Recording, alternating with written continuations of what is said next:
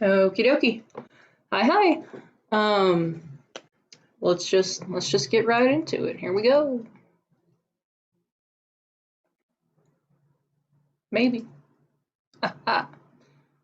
So I have called this presentation Sanka, ya dead? And it's a short study in Jamaican reggae. And you'll have to excuse this ad that YouTube's trying to give me because God hates me, I guess.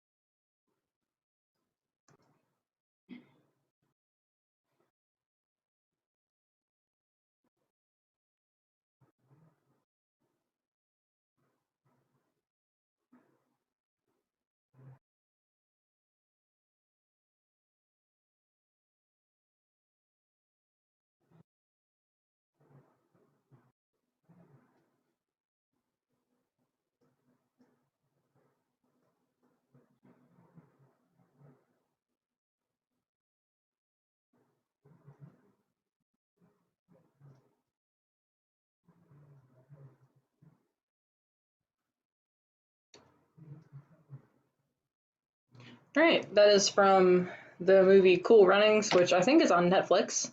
And it's pretty cool. Not gonna lie, it's pretty cool. It's about the Jamaican bobsled team. All right. Feel the rhythm, feel the rhyme.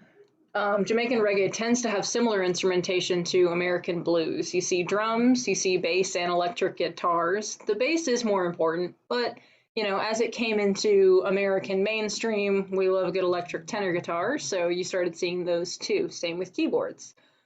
When reggae first started out, some of the only instruments available were church instruments. So instead of keyboards, sometimes you would see organs, which I just think is very interesting.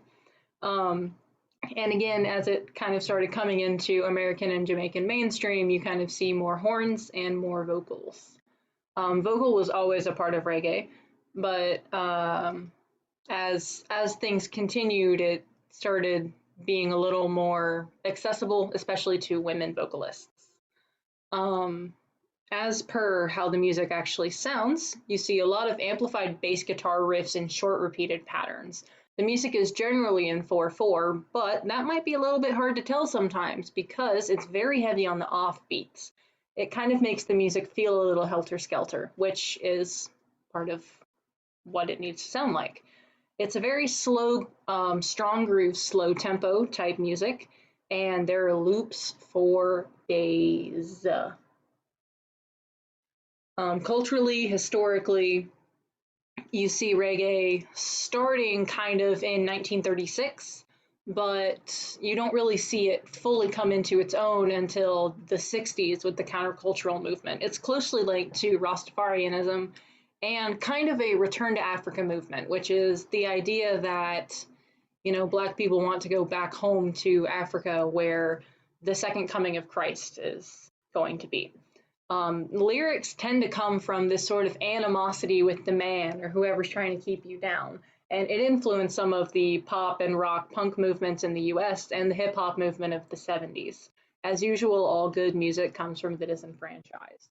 The lyrics also tend to be very blunt. They talk politics, society, history, and social issues unapologetically.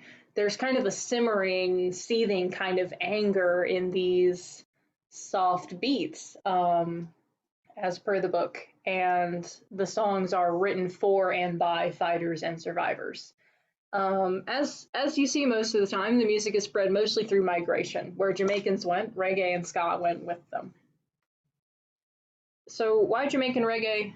Well, my roommate and I watched Cool Runnings recently again for about the third time this year, and I forgot how nice the reggae in it is.